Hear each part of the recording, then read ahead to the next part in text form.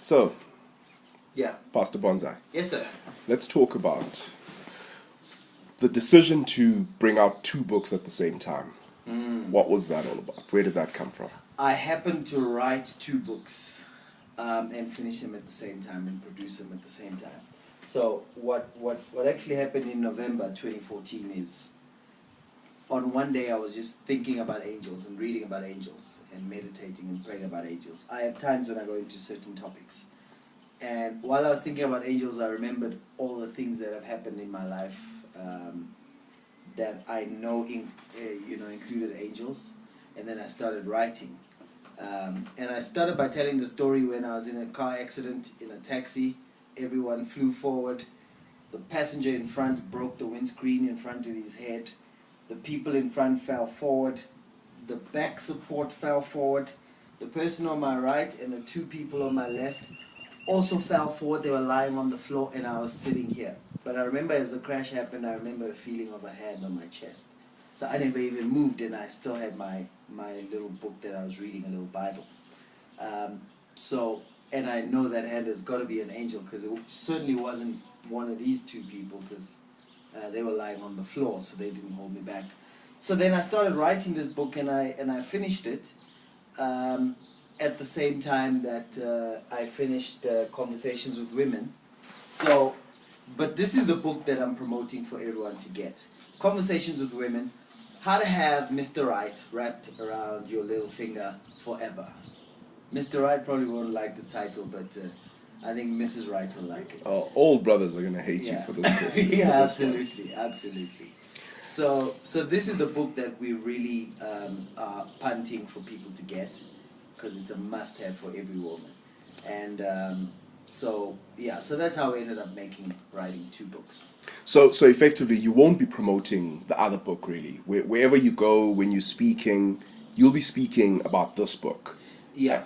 This between now, which is Christmas time, 2014, until Valentine's time, 2015, this is what we'll be promoting quite a lot. So I mean, I have Angels available. It's an awesome book, but we won't push it now until later, and we'll just let people have it at events.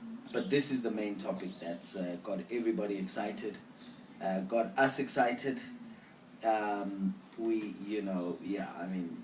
People are inundating us over this one, so this is the topic. And who are you speaking to here? Speaking firstly to a woman in a serious relationship. So either she's married or she's with a Mr. Right.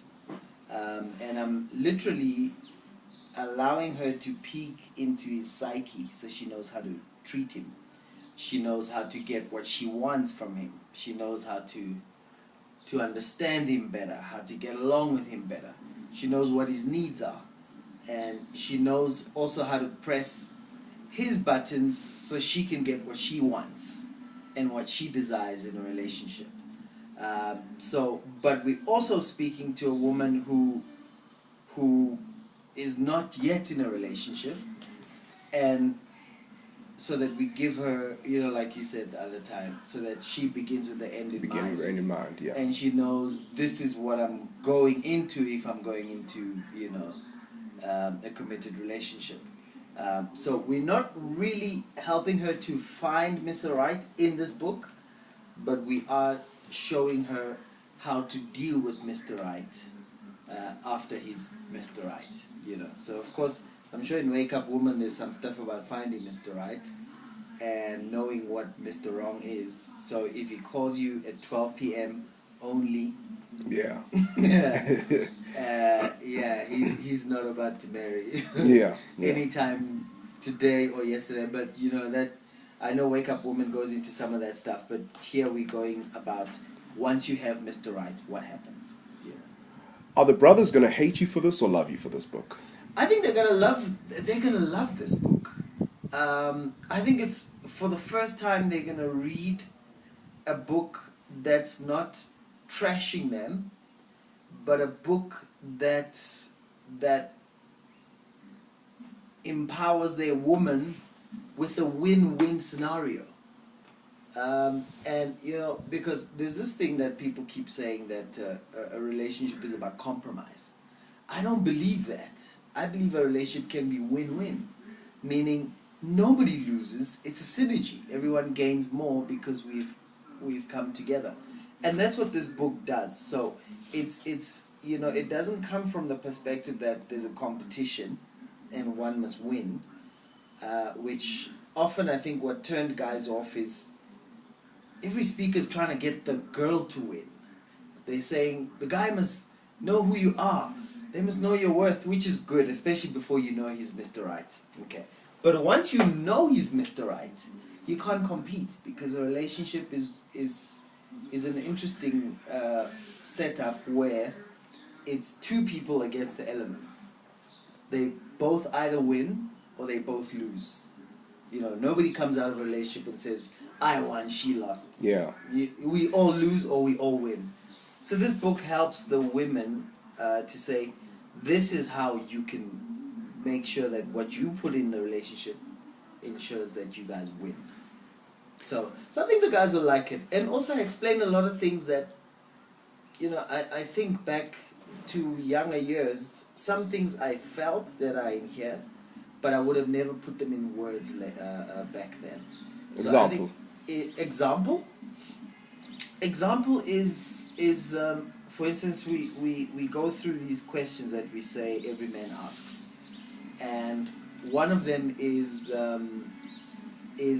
so first we show just briefly the questions that a woman asks, which are, am I priority? Do I come first? Are you listening? But not are you listening to my words or the logic, but are you listening to how I feel? Okay, and so there are these questions that women ask, and as long as you're answering them correctly, then she's happy, you know, or at least the relationship has a positive input. And so men have their questions too, which make them feel loved. One of them is, do you respect my wisdom? Right. So, and for a man, if he hears, I absolutely think you're the wisest man in the world, he feels loved. Right. So what would happen is a woman would keep putting down his input, ignoring his advice, and sending him flowers every day, and then wondering why he's not coming around, because you're telling him you love him but in the wrong language. If you actually took his input, he would be like, "Oh, this girl loves me," right? And then he would be automatically motivated to love you back. So what you find is, if you go to every couple and you take their last 3 fights, one of them is about, she's rejecting my wisdom. But when a man is not clear about what's happening on his part, then, you know, it can just be a fight that's hard to manage. Unlike when they both know, oh, I'm just feeling sensitive because wisdom for me is a